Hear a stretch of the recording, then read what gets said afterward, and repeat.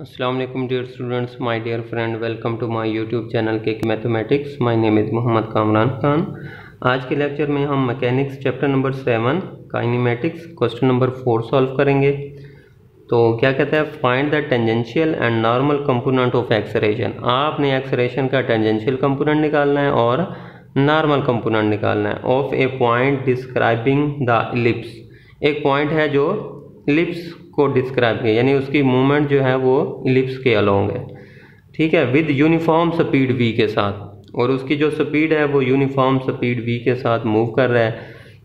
When the particle is at इस point 0b, कहते हैं जब आपका पार्टिकल इस पॉइंट पर होगा, ठीक है, तो वहाँ पर आपने मुझे एक्सेलरेशन का टेंजेंशियल कंपोनेंट और नॉर्मल कंपोनेंट फाइंड करके देना है। वहाँ पे आपने मालूम करना है क्या होगा। ठीक है बच्चों, तो स्टार्ट करते हैं। जी बच्चों, बाय गिवन इन्फॉर्मेशन इलिप्स की इक्वेशन दे दिया उसने, x square over a square plus y square b is equal to 1। हाँ जी, एलसीएम ले लें तो एलसीएम आ गया ए स्क्वायर बी स्क्वायर, तो ये आ जाएगा b square x square plus a square y square is equal to 1। A square b square को क्रॉस मल्टीप्लाई कर दें तो ये मेरे पास सिंपल इक्वेशन आ जाएगी, b square x square plus a square y square is equal to a square b square. ठीक हो गया बच्चों। अब वी नो डैट, हम जानते हैं मेरे पास एक रिलेशन है, उस रिलेशन को आपने याद रखना है कि एक्सेलरेशन इज इक्वल टू क्या होता है, d v over d t, t hat plus v square over rho n hat. यानी एक्सेलरेशन का जो टेंजेंशियल कंपोनेंट है वो है d v over d t, और एक्सेलरेशन का जो नॉर्मल कंपोनेंट है वो वी स्क्वायर ओवर रो है। तो सबसे पहले हमने d v over d t find करने हैं, वो अभी फाइंड हो जाएगा। कैसे? Since a v is constant, आपका जो पार्टिकल है वो कांस्टेंट स्पीड वी के साथ मूव कर रहा है, तो हम क्या लिखेंगे, since v is constant, v चूंकि कांस्टेंट है, देयरफॉर इसलिए इसको v को with respect to t differentiate करेंगे तो 0 आएगा, क्योंकि कांस्टेंट का डेरिवेटिव 0 होता है। ठीक है, तो d v over d t is equal to 0। ठीक हो गया। तो यहाँ से मेरे पास d v over d t यानी एक्सेलरेशन का जो टेंजेंशियल कंपोनेंट है वो मेरे पास 0 हो गया, तो क्या लिखेंगे, hence tangential component of acceleration is 0। ठीक है बच्चों, तो ये था टेंजेंशियल कंपोनेंट। अब हम इसका नॉर्मल कंपोनेंट फाइंड करते हैं एक्सेलरेशन का। ठीक है जी, अब ये d v over d t यहाँ पे पुट कर दें तो मेरे पास क्या आ जाएगा बच्चों, ए इज इक्वल टू दिस 0 ख़त्म हो जाएगा, तो ए इज इक्वल टू क्या आ जाएगा, v square over rho into n है। यानी अब हमने एक्सेलरेशन का नॉर्मल कंपोनेंट फाइंड करना है जो होता है वी स्क्वायर ओवर रो। अब हमने सबसे पहले रो की वैल्यू फाइंड करनी है। ठीक है, तो रो का फार्मूला आपको पता है, याद होगा। जी बच्चों, तो हमने क्या कहा, now we find the value of rho. अब वी नो डैट हम जानते हैं रो का फार्मूला क्या होता है, 1 plus d y over d x whole का स्क्वायर होल की power 3/2 over d square y over d x square. ठीक है, अब जो हमने इक्वेशन 1 बनाई थी उसको डिफरेंशिएट करते हैं विद रिस्पेक्ट टू एक्स। ठीक है, तो ये है मेरी इक्वेशन नंबर 1। अब इसको with respect to x differentiate करेंगे तो बी स्क्वायर तो कांस्टेंट बाहर आ जाएगा, एक्स स्क्वायर का 2x हो जाएगा, तो ये बन जाएगा 2b स्क्वायर एक्स। क्या होगा बच्चों, 2b स्क्वायर एक्स, ये आ गया। ठीक है, अब ए स्क्वायर कांस्टेंट है, ये बाहर आ जाएगा। अब वाई स्क्वायर का derivative with respect to x क्या होगा, 2y dy by d x.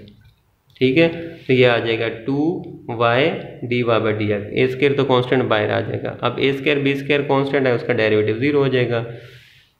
ठीक है बच्चों, अब यहाँ से हमने क्या करना है, d y by d x find करना है ना, इसको उठा के उधर ले जाएं इक्वल की राइट साइड पर। ठीक है, जब राइट साइड पर ले जाएंगे तो ये माइनस का हो जाएगा, 2a स्क्वायर वाई से डिवाइड कर दें तो ये बच्चों आपका 2 से 2 कैंसिल हो जाएगा। ठीक है, तो ये बच्चों आपके पास क्या आ गया, d y by d x minus b square x over a square y. ठीक है, अब आपको उसने पॉइंट भी गिवन था, पॉइंट दिया था, अब हमने उसकी वैल्यू फाइंड कर लेते हैं। D y by d x at point 0 व बी, यानी एक्स जहाँ पर है 0 पुट कर दें, वाई की जगह बी पुट कर दें। अब x की जगह 0 पुट कर दिया और y की जगह 0 b पुट कर दिया, तो 0 over something is equal to 0। ठीक हो गया बच्चों।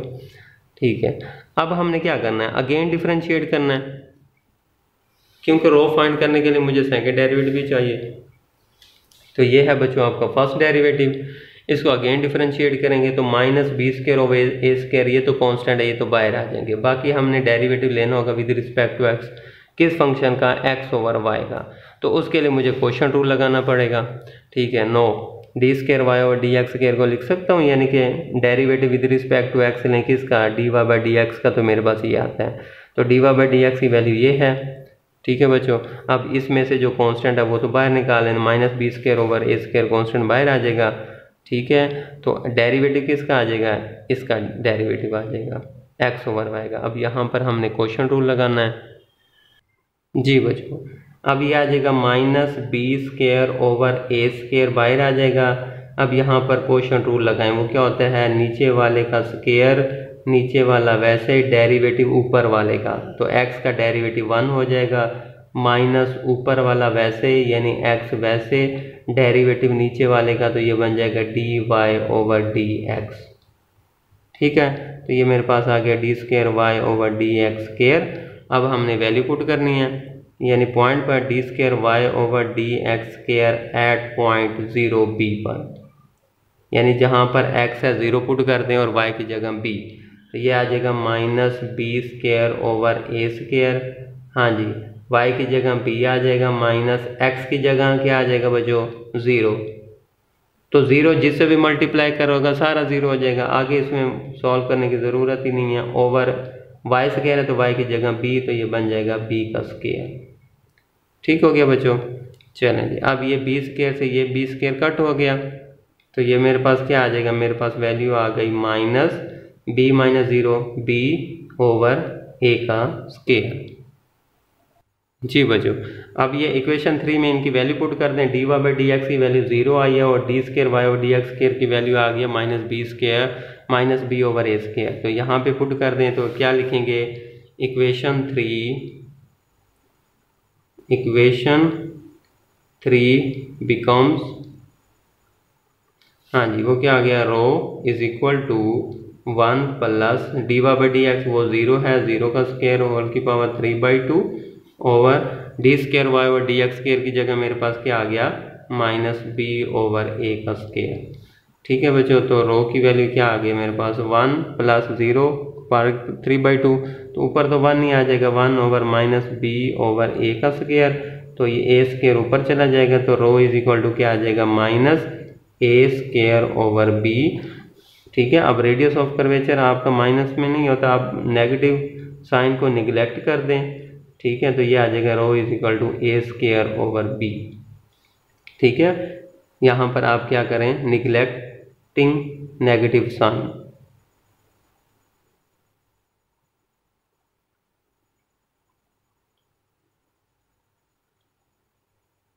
Negative sign.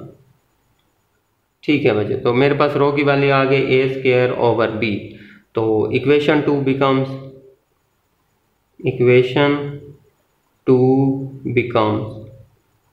हाँ जी मेरे पास इक्वेशन 2 क्या आ जाएगी बच्चों, वो थी a is equal to v square over rho की वैल्यू मेरे पास आ गया a square over b into n hat, तो a इज इक्वल टू क्या आ जाएगा, b ऊपर चला जाएगा, तो ये बन जाएगा b v square over a का स्केयर इंटू एन हैट। तो hence normal component of acceleration is b v square over a square. तो क्या लिखेंगे, hence normal component of acceleration is क्या आ गया, b v square over a का square. ठीक है बच्चों, तो ये था बच्चों आज का क्वेश्चन। उम्मीद करता हूँ आपको समझ आ गई होगी। अपना बहुत सा ख्याल रखिएगा। अगर फिर भी किसी पॉइंट पर कहीं भी आपको अगर समझ नहीं आई तो काइंडली पूछ लीजिएगा। खुदा हाफिज़।